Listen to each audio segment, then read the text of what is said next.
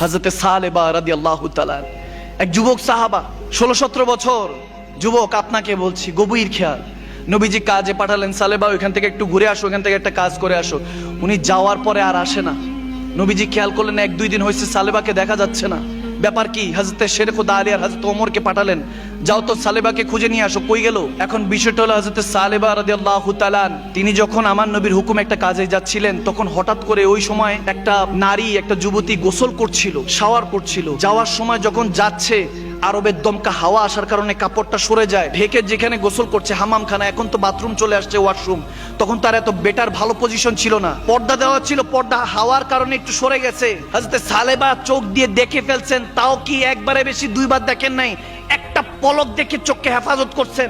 দেখার পরে যে কাজে গিয়েছেন, হঠাৎ তার মধ্যে এই অনুশোচনা কাজ করা শুরু করলো যে আমি তো জেনা করে ফেলেছি, আমি তো চোখ দিয়ে গুনাহ দেখে ফেলেছি। আর দেখেন আমরা এখন ভালো কিছু দেখতেছি, স্ক্রল করতেছি, দেখেন স্ক্রল করতেছি রিলস, ওই কি কি আছে এগুলো যখন দেখবেন, ভালো 10টা দেখলেও খারাপ দেখবেন 15টা আসছে। আমার কথা বুঝবেন যুবক, আমার মুসলমানদের উদ্দেশ্যে বলা, ঈমান ধ্বংস করে দিচ্ছে আমাদের। চোখকে হেফাজত করুন। আমার কাছে অসংখ্য মেসেজ আসে, হুজুর কিভাবে ঈমানকে হেফাজত করব? আমলে মন বসে না, বসবি কিভাবে?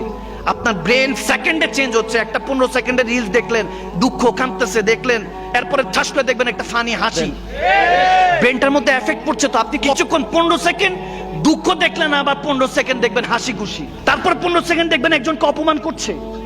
এগুলো কিন্তু আপনি প্রতি মুহূর্ত দেখছেন। আপনাকে বুঝতে হবে আমি যেটা বলতেছি। হযরত সালেবা রাদিয়াল্লাহু তাআলা 1 সেকেন্ড একটা পলক জাস্ট দেখছেন, হয়তোবা পর্দা সরে গেছে, গোসল করছিলেন, ওই নারী সরে গেছে, উনি 1 সেকেন্ড দেখে চোখকে হেফাজত করছেন, কিন্তু মনের মধ্যে অনুশোচনা, আমি দয়াল নবীর উম্মত, কি উত্তর দিব আল্লাহর কাছে? কি উত্তর দিব? আমার নামে কি আয়াত নাজিল হয়ে যায় কিনা যে সালেবা কাফের হয়ে গিয়েছে? চোখে মুখের মধ্যে ভয়, অন্তরের মধ্যে ভয়, নবীকে চেহারা কিভাবে দেখাবো? আমাদের কত দেখাতে হবে কবরে গেলে এই চেহারাটা। নবীজি তো এই চেহারা দেখবেন। যদি নবীজি বলেন লাদ্রি চিনি নেই উম্মতকে, কাফের, মুশরিক, সে বেঈমান, সে কাযযাব, সে জিনাখোর, কি উত্তর দিবেন? নবীজি যদি আপনাকে না চিনে, কবর যার শেষ হয়ে গেল, তার আবার হাসর কি? সে তো ওখান থেকে ফিনারে জাহান্নাম খালিদিনা, চিরস্থায়ী জাহান্নাম তো সেখান থেকেই। নবী যদি চিনে যে উম্মতকে আমি চিনি, সেই তো জান্নাতে নবীজির সুপারিশ প্রাপ্ত হবেন। ভাইরা আমার, যখন সালেবা রাদিয়াল্লাহু তাআলা, বুখারী শরীফে হাদিস বলছি, চোখের কান্নায় যখন তিনি ভেঙে পড়লেন, আড়ালে চলে গেলেন আমার নবীর হুকুমে। হযরতে আলী, হযরতে ওমর যখন খুঁজতে গেলেন, খুঁজে দেখতেছেন হযরতে সালেবা কাঁদতে কাঁদতে 2-3 দিনে না খেয়ে এরকম পাতলা রোগা হয়ে গেছে, কাঁদতেছেন, কান্না কোনো স্টপ, নন স্টপ কান্না করছেন। হযরত ওমর জিজ্ঞেস করলেন ধরে সালেবাকে, সালেবা কি হয়েছে? হোয়াট হ্যাপেন, কি হয়েছে? বলে, ইয়া ওমর, আমার উপরে মনে আয়াত নাজিল হয়ে গেছে না, আল্লাহ মনে হয় জিবরিল আমিনকে পাঠাই দিয়েছে যে সালেবা তো কাফের হয়ে গেছে, গুনাহগার হয়ে গেছে, জাহান্নামী হয়ে গেছে।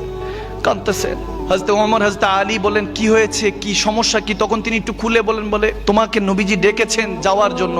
তিনি বলতেছেন, আমি চেহারা কেমনে নবীকে দেখাবো? কিভাবে দেখাবো? যে চোখ দিয়ে নবীকে দেখি, সেই চোখ দিয়ে আমি জেনা দেখে ফেলেছি, জেনা করে ফেলেছি। একটাবার চিন্তা করুন যুবক, এই চোখ দিয়ে কত গুনাহ করি, এই জুবান দিয়ে কত মুনাফিকি কথাবার্তা বের হয়ে যায়। আপনার অন্তরে যদি একজন ব্যক্তির জন্য ঘৃণা থাকে, মনে রাখবেন আপনার ওই অন্তরে নবী আসবে না, নবীকে কখনো দেখবেন না। এটা হাকিকত।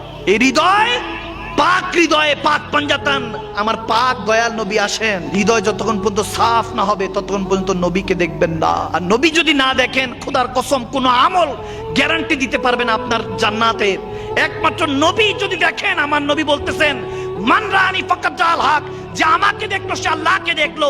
যদি নবীকে দেখেন, জান্নাত আপনার জন্য অপেক্ষা করছে।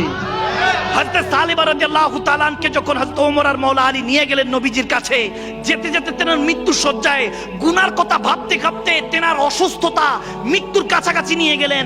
যখন সালেবাকে আমার নবীর কদমে আনা হলো, নবীজি যখন দেখলেন সালেবা রাদিয়াল্লাহু তাআলা নবীজির চেহারা মোবারকের দিকে তাকিয়ে একটা উফ করে কেঁদে উঠলেন, চোখের পানি ছেড়ে বলেন, ইয়া রাসূলুল্লাহ, আমাকে মাফ করে দেন।